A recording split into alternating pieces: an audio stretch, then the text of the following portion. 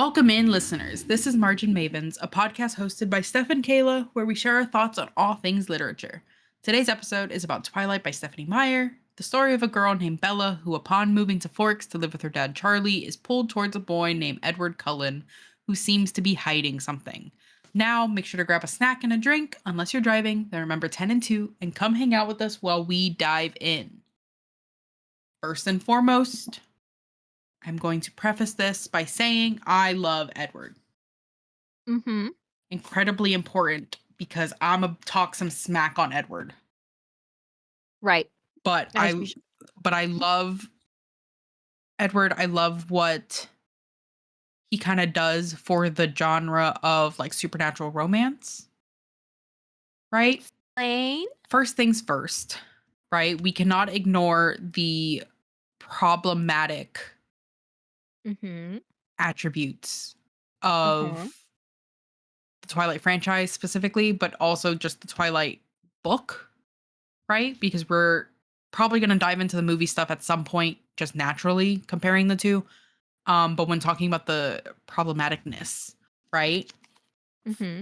First thing that obviously comes to mind is the Quileutes, right? There is a lot of back and forth on the internet as to whether Stephenie Meyer herself had ill intentions when using them as kind of a backdrop, because as we start learning more about the world of Twilight and the kind of myths and legends that surround supposedly these Native Americans and everything, we find out, like on our end, because I did some research and stuff, that a lot of the legends that she claims are from this tribe, right, are not real in the slightest. And she kind of like picks and chooses what she's using from them. So it does kind of beg the question as to like why she didn't just make up a tribe. Because that I think would have just been better anyways, because we know that she takes a lot of creative liberties with vampires or those like elements in general. Like she creates a lot of, I don't know, she creates a lot of differences that weren't seen in vampires before this, right? Like this idea of the sparkling, and that's obviously the running joke of Twilight, is that the vampires look as though they like got sprayed with Victoria's Secret body spray. But it's a creative choice that she made, and it makes them stand out from other vampires and stuff like that. So it is interesting, but it was really confusing to me to see how much inspiration she was trying to draw from the Quileutes, but I don't think she did it properly. But I don't, knowing as much as I know, which isn't necessarily much, obviously, in terms of her reasoning behind it, I have a hard time assuming that she just did it with malintent. You know, I think she just probably didn't do her due diligence and didn't try to think of like any sort of ramifications that might have come from using a real tribe as like the inspiration.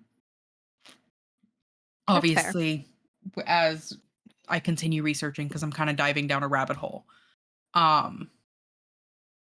I'm taking that into account, because if evidence comes up that shows that she obviously like knew what she was doing and she has other like problematicness to her in relation to the cultural appropriation, then, you know, future videos will reflect that.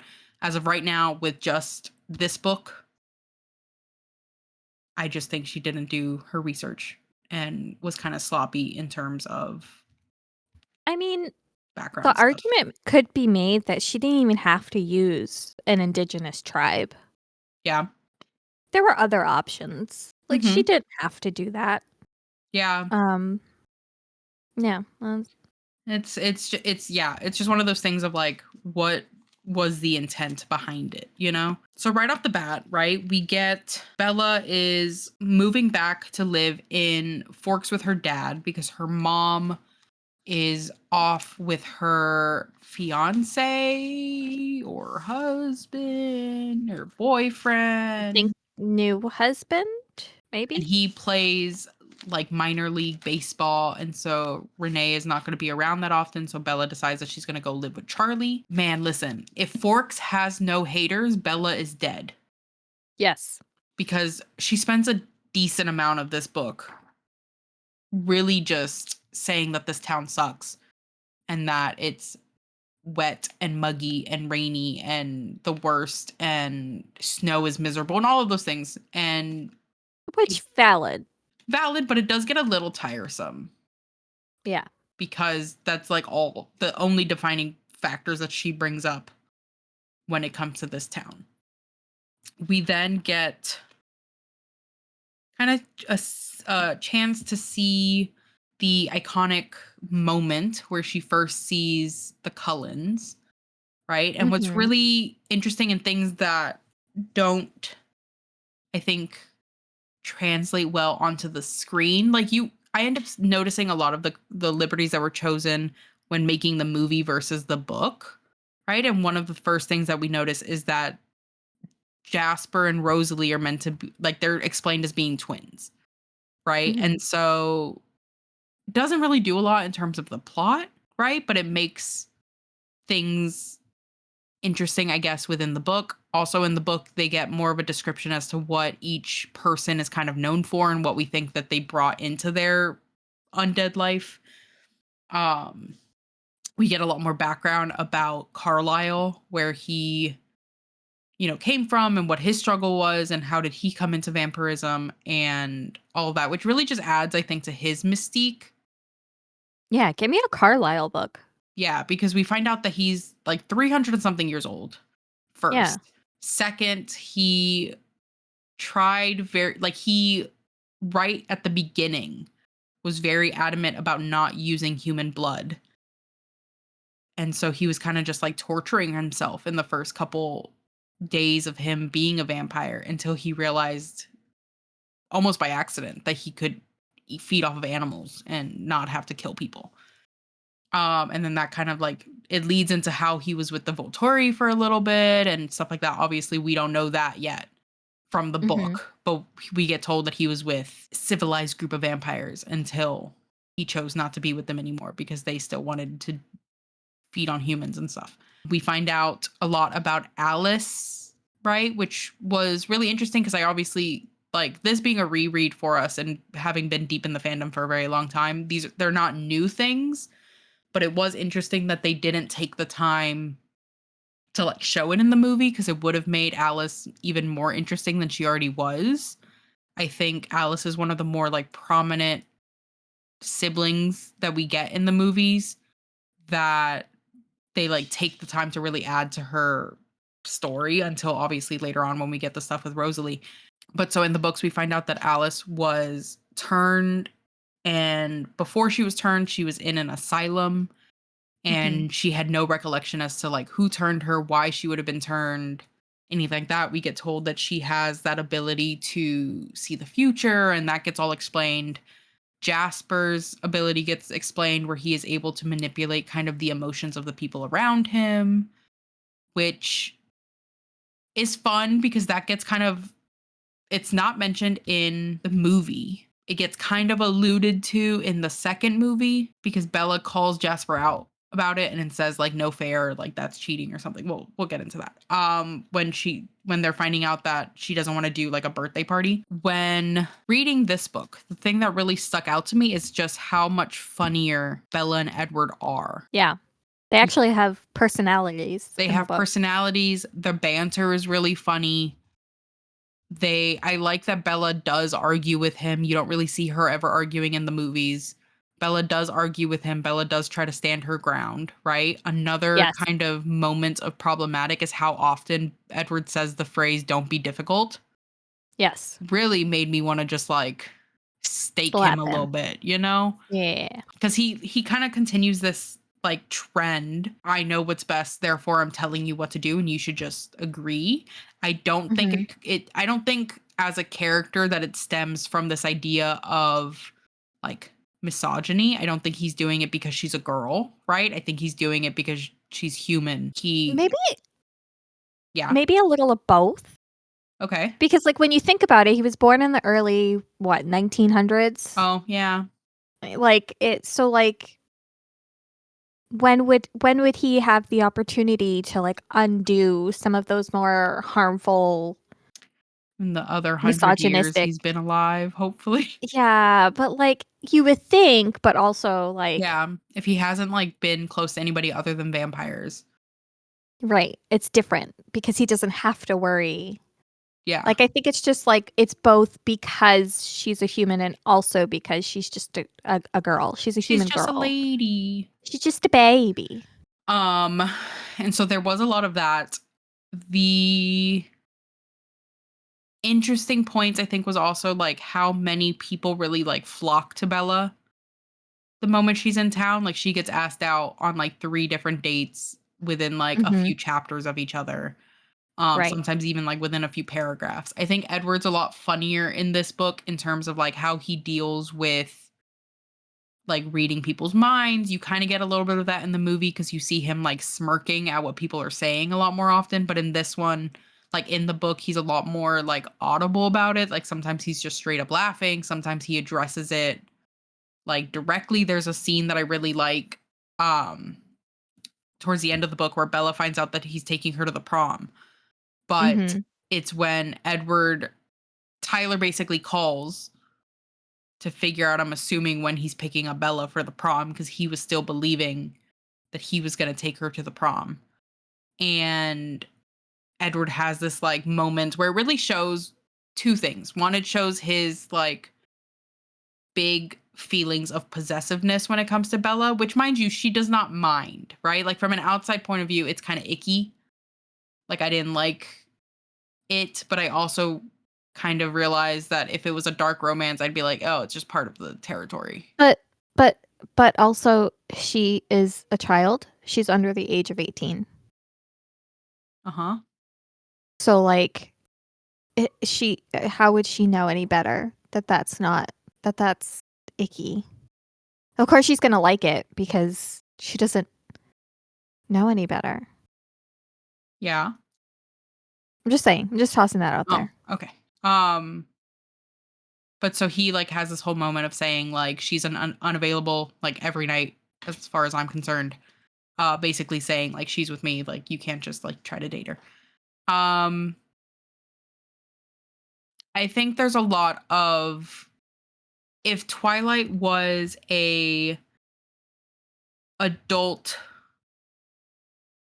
like dark romance, I think a lot of the points that I found icky wouldn't have been notable, Mhm. just because a lot of the tropes that he kind of leans into are just things that you would find in the like archetypes of like growly alpha type males. Right. And because it's being told through the POV of like a teenage girl, I was like, okay, still love you, Edward, but that's because of kind of who he grows into as a partner. But like in this first one, he is very like juvenile because he himself makes it a point of saying that like he has not ever been in a relationship, right? He also makes a point of saying that he's a virgin, which I found really funny, but he definitely like kind of sucks at being a boyfriend Yeah. in the first book. And then as the story progresses, I think you'll, oh, Stephanie of the future could come back and be like, wrong. But I think it becomes a little more evident when he starts viewing her as like an actual partner and not somebody that he needs to like keep alive and watch out for. There was a lot of like, I'm the only reason you're alive type vibes. And that got really Right. tiresome pretty early on. The other thing I found interesting, and I don't know if you picked up on it, but I picked up on it. The Vampire Diaries feels like it had a really big influence on this book because Edward is giving really big Stefan like first book Mm, uh first book vibes. Like, stay away from me, I don't want to be around you, like ignoring you, hmm. and then all about you. Like just Yeah, that I think 180. I mean, it's a thing that we get every time. it's a book versus the like movie adaptation is I just Mhm. constantly end up reading the book being like, wow, this made the story so much better.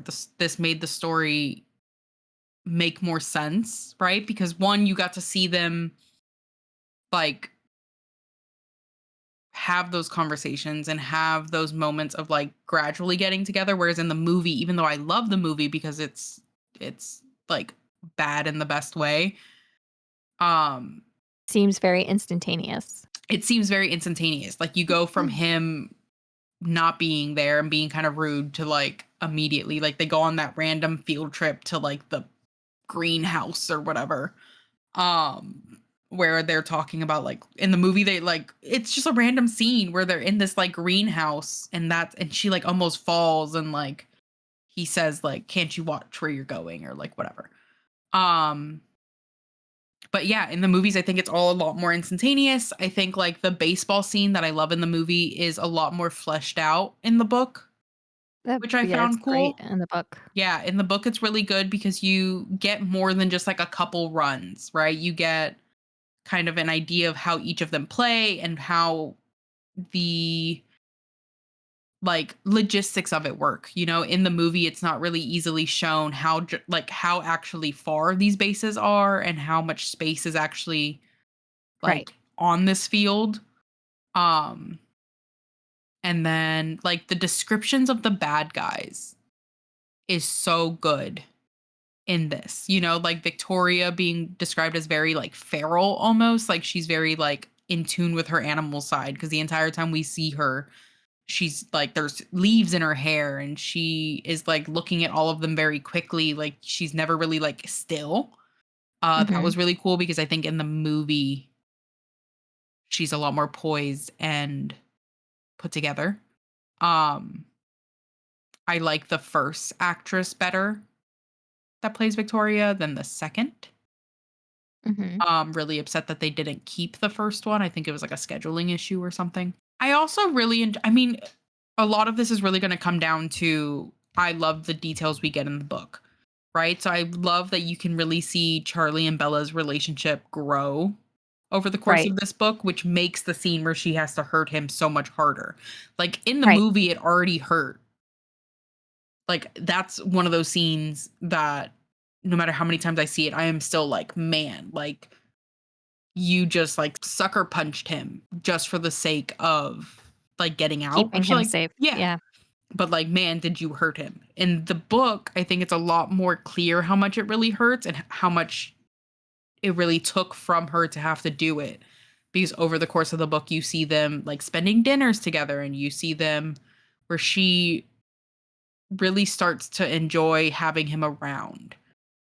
She likes how, like, off touch he is. Like, he Yeah. doesn't need to be around her. He doesn't hover, you know, like He doesn't hover. he's not like Like, her mom who's basically like leans on Bella for everything. You right. know, He like lets her have her life. yeah, Bella runs into a really interesting kind of habit immediately upon moving in with Charlie where she's so used to doing the cooking and the like taking care of her parent that she kind of falls into this role with Charlie, but it's not because he expects it of her, But which he was also makes a mention of it, like, "No, it's okay. You go do that. I need to pull my own weight around here." Like, he recognizes. yeah, and he's also like, you know, I kept myself fed for 17 years. Yeah. Like, Like I can feed myself. It's fine. I think like Renee is painted as a very needy, childlike parent. Mhm. I don't think Bella ever really comes to terms in this book at least that like that's not normal. Right.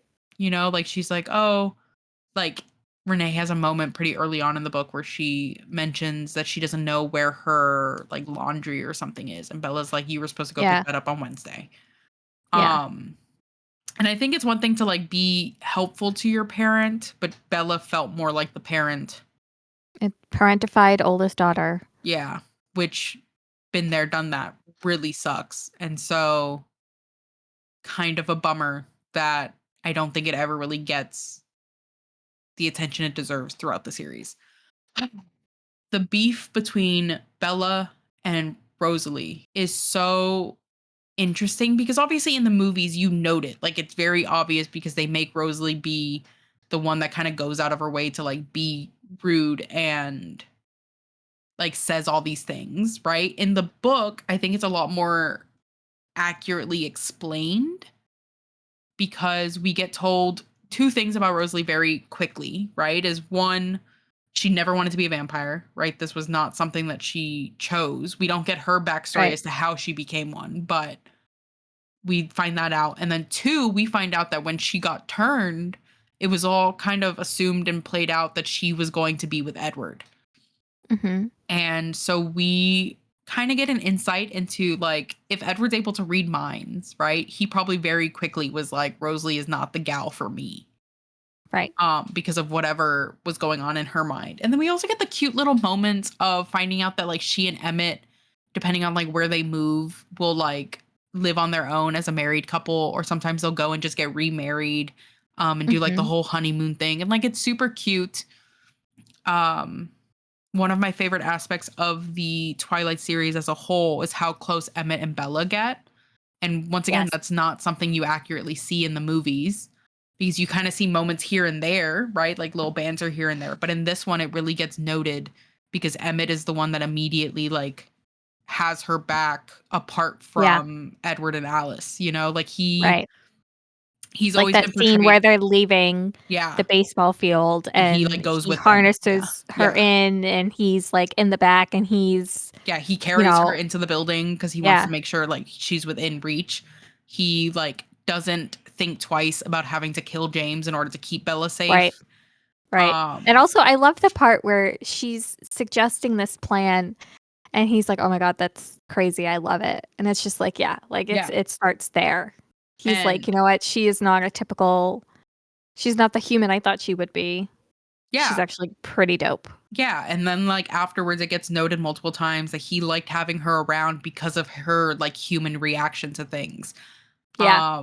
We get the like lore drop on like the reason that he had to get turned into a vampire was because he got almost killed by a bear. So it makes Right. sense as to why his favorite food is bears.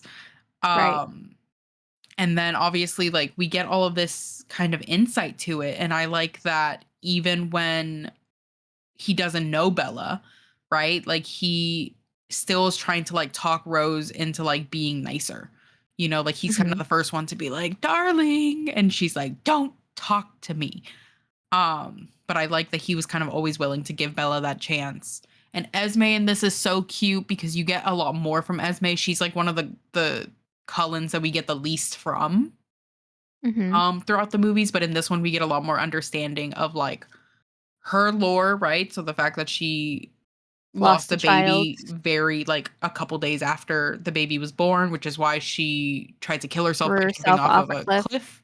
And Bella has the moment of like, "Oh, Edward that you fell," and she was like, "Yeah, he's always very kind about it."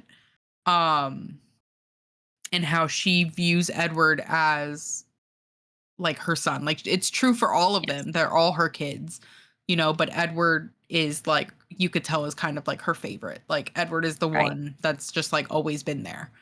And she's so Um excited because he's found somebody yeah. and she doesn't care that Bella's human. She's just glad that Edward's not gonna be alone anymore, Mhm. which is interesting considering that they're a family. So, like, Edward's never really alone, but, like, there's a difference between the relationships that they have with Yeah, their because chosen yeah. others and, the relationship that they have with each other, Yeah, cuz if they that makes can sense. like they all individually like go off and probably do their own things a majority of the time Mhm. because they're not an actual like teenagers, you know, like they don't need Right, supervision. So they go off and do their own things. And so right. for them to all be paired off except for Edward. And I like the conversation once they figure out that James is coming after her and stuff. Bella is like, "I don't want any of you to get hurt for this and whatever. Like, I'm not worth that." Jasper is kind of the first one to be like, "You are worth it." And Alice comes in and like seconds it and goes like, do you think we're gonna want to have to deal with Edward after if like Yeah, something happens to you? You know, like right, we saw him change to be with you and how that's really been good for him, you right. know? And we're not going to want to deal with the aftermath of it. And I just thought that that was really nice because it shows very early on that yes, it had to do with the fact that Edward was in love with her, but it was also the fact of like, okay, Edward has found his chosen, right? So it is not a It doubt to the rest of us that she is family now. exactly, like, it shows how important she is to the family because that's something that hasn't happened Yeah. in all of Edward's time. And so I think like is the book incredibly frustrating because it has a lot of undertones to it that I think like having read it for the first time when I was in like elementary, obviously I was not aware of these undertones, but it does get really kind of frustrating to see all of it from like an adult POV because I'm like, man, Yeah. these are like not great subliminal messages that were just kind of like being shown to the impressionable like young girls. Um Uh, the one thing I will say though, and I don't know if this was intentional or not, but the scene where she like is separated from Jessica and Angela after they're shopping and like mhm, that's when Edward steps in and like that scene where like those guys are following her and she's preoccupied thinking of like, okay, how do I defend myself? Like, yeah, okay, I go for the eye. If I go for the eye and scoop, like it'll pop right out, like all this, that, and the other thing. And it's like that's like a real life, that's a real thing that people think about like females women think presenting, yeah. about. Yeah. Like, that women have had to think about, like, "Okay, Mhm. like, What how am I do doing I here? defend Yeah. myself? How do I protect myself?" Because she even says I think she has, like, a pepper spray or Yeah, and she's mace or like, "It's something like in that. my like, She in knows my room." exactly where it Yeah. is. Yeah.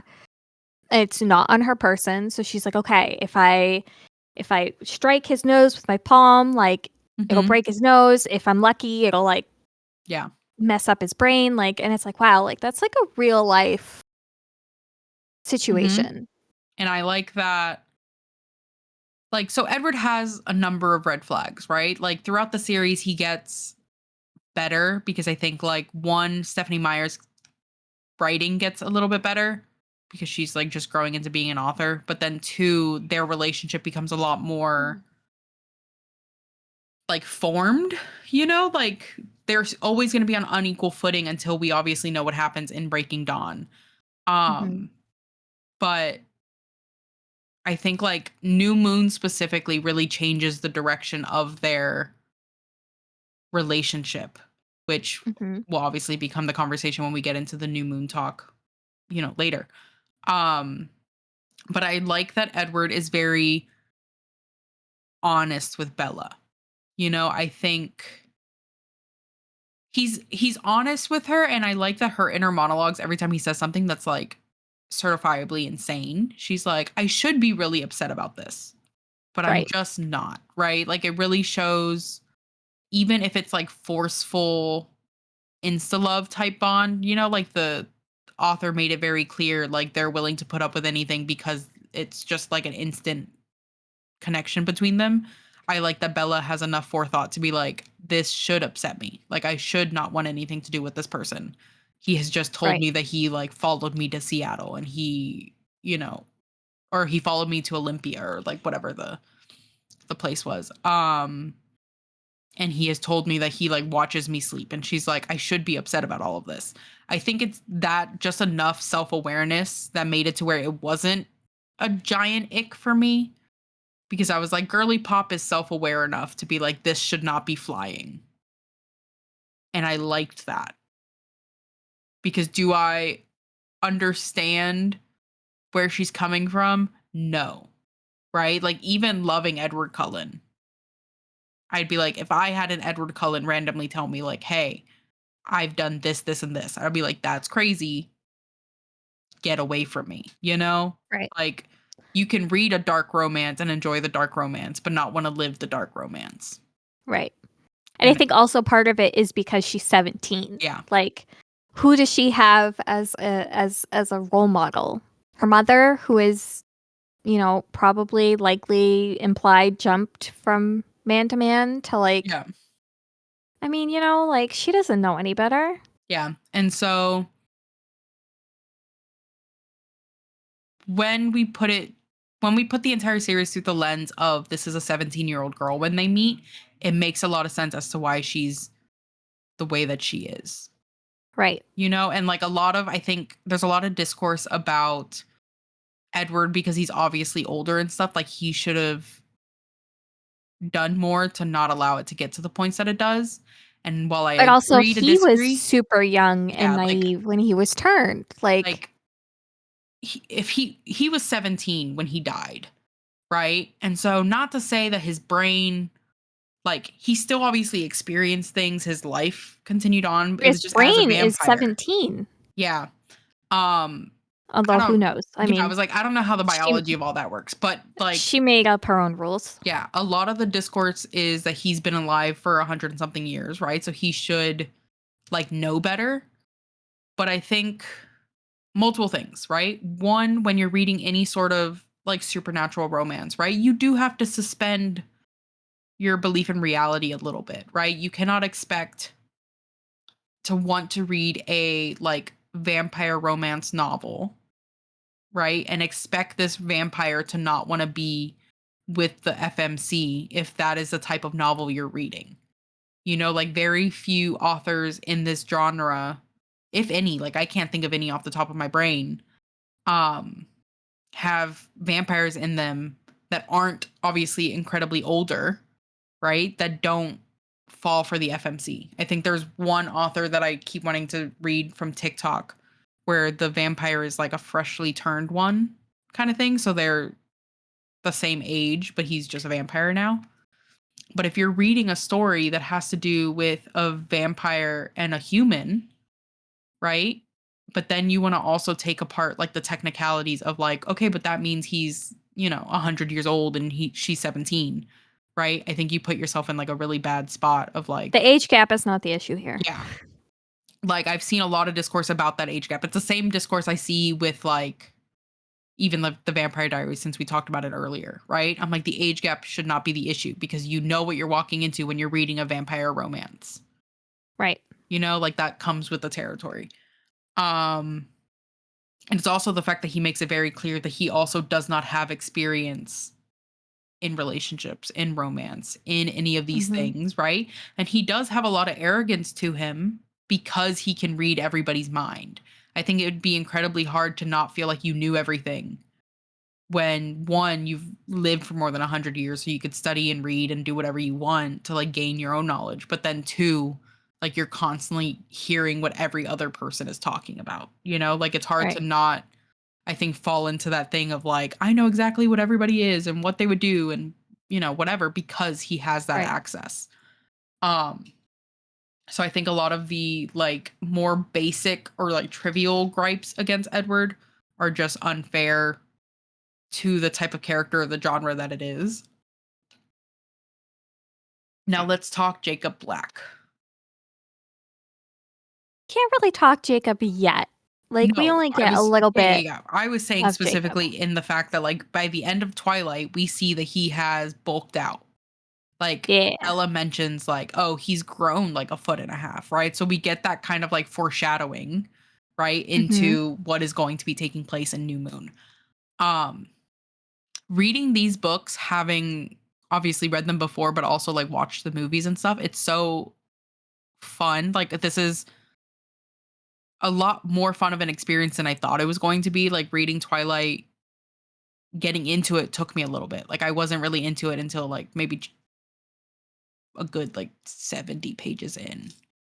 Where I was just like, "Oh, I was not having fun and now I'm having fun." I still gave it 3 stars. Like I am not by any means shape or form saying that this has been my favorite read recently. But it was a lot more fun I think than I thought it was going to be, which was nice. I like the extended lore of all of the characters. I like that we find out um that James is the reason Alice was turned because he wanted to hunt Alice and then a vampire who worked at the asylum changed Alice and then James killed the vampire, which is why Alice was left without any knowledge as to Alone. like what was going on and why they were the way they were and whatever. I liked those little additions, right? Because if those would have been in the movie, it would have made it all a lot more interesting, Right. like it would have made the fact that in the movie Alice is the one that takes James's head off, like that would have been a lot more Impactful. cathartic. Yeah, like it would have been a lot more like, "Oh, great, like he did this to her and now she can kind of get her revenge." Would have been really nice. Yeah. Um yeah, I mean, I'm looking forward to reading the rest of the series. I think they're pretty easy reads once you like get into them. Um I'm If interested to you see. Yes. if you voted for Twilight in the Instagram poll, and your ears were ringing, it was probably because I was cursing you under my breath as I was reading this book. Yeah, Kayla did not enjoy it. It's not the worst book, obviously. That bar has been lowered It's been so ripped out from so underneath us. far. That bar doesn't exist anymore. But Yeah. like, man, Man, rereading it, it is not a literary masterpiece, it's not. you know? That's not. But it did reset a cultural phenomenon, and I can Yeah. respect what it did for the genre, because it didn't do anything super, like, new or noteworthy, right? But it really Mhm. did kind of, like, become the catalyst for this type of genre really, like, taking off, and my love of this genre really owes it to the fact that Twilight existed, you know? Like, I think That's why I struggle with it because that wasn't my like mine was Interview with a Vampire. That Anne like Rice. Yeah, Anne Rice like grabbed me by the throat with that series. And never read so them. like when you've never read ever? I love a side note, I love this thing that people do just in general, where you tell them you haven't done something and they just repeat it back to you. Like, Well, yeah, I want to make sure yeah, it's I one of don't my have favorite like an things that people do auditory all the time. processing disorder Yeah, because what do you mean? yeah, it's one of my, like, not ironic, like, I am not trying to make fun in the slightest. It's, like, one of my favorite things people do. Like I don't I just maybe it's an age thing, I don't know. When was Anne Rice published? ages ago. Like hold on, hold on. Let me get the point being, first of all, okay, before people start thinking I'm that old, okay, Anne Rice did not start publishing until I believe like the late 80s, early 90s. Hold please. Interview with a Vampire came out. Nope, that's the show. I want the novel. Okay. Oh, it came out in 1976. Mm. Not only did it come out in 1976, but it was also her debut novel. Now, first of all, I am not a lover of Anne Rice. Okay, ding dong, happy the witch is dead. the the The point is that like when your first introduction to vampires is Interview with a Vampire, and then you go to Twilight, and like yeah, it was great for my 16-year-old mind at the time because I was like, oh, Edward, oh, yeah, whatever. But now reading it as an adult, I'm like, man, like how did I go from reading about Lestat to freaking sparkly vampires? What do you mean? I just I don't know what was my first introduction to vampires. I think literature-wise, it probably would be Twilight, but I think movie-wise, it was the movie with Aaliyah. Queen of the Damned? Yeah. You mean the third book in the series? 3rd book of what series? The the the series that I'm talking the Interview with a Vampire? It's Interview with a I only Vampire. watched that one. How would I know it was the 3rd one of anything? It's Interview with a Vampire, Vampire Lestat, and then Queen of the Damned. Which, by the way, if you enjoyed the Queen of the Damned movie, which how could you not? Another bisexual awakening, okay? The book, Chef's Kiss, even better. Yeah. And so I think that was probably that, and, like, Van Helsing was probably my, like, media portrayal of vampires. I didn't even, like, think twice about them being sparkly. You know, like it made sense to me, especially like in the movies when like they start fighting and stuff and they when they fall apart, they literally look like marble being like broken. I liked the visuals. I think my first vampire media that I consumed, that I remember consuming, Mhm. would be Buffy the Vampire Slayer. Not the television show, Oh, the movie. I didn't know there was a movie. There was a movie. Yeah. This a lot of lore happening, being dropped right now. I mean, It's really vampires. showing They're my still they're age. still some of my favorite like supernatural creatures. I love me a good vampire romance. You know? Interview with the Vampires. Well, I was gonna say it's not a romance. Yeah. Like we get Vampire Academy, right? Which for the most part isn't a vampire romance, but then you have I guess a lot of fan Vampire fiction that comes Diaries, yeah. You have Vampire Diaries, which that came out, I think, in the early 90s. the books probably. The books, yeah. Well, yeah, because Um the show didn't come out until yeah, I love me a good supernatural romance, specifically if they're vampires or werewolves. But yeah, all in all, I'm excited to read the rest of the series just because I'm very curious to see whether I still dislike New Moon as much as I think I do. Just because, and I mean it's a really divided fence, right? But like Mhm. with a majority of the book being Bella in some sort of depression, right? Maybe I just don't like the movie. Maybe. But I'm also very I guess I don't like the idea that Bella like falls apart when this guy leaves, you That's know? fair. That's fair. I also think it's really annoying because we kind of get the foreshadowing of the fact that he's going to leave in Twilight because he says like I as long as I make you happy, I will stay as long as it is the best thing for you. You know, Right. and then I'm like, "Oh, the foreshadowing because he uses this loophole Yep. to leave in New Moon." But Yep. if we have nothing else to add, No. okay. What was your first, listeners? What was your first interaction with vampires? Tell Do us. you like Tell us in the comments. vampires? What's your That's not what I supernatural asked. I don't want to know that. I want to know your first interaction with vampires. Okay. You have to like vampires. Oh, solid. Okay. Rules. Rules to enter the cool kids club. Rules. Yeah.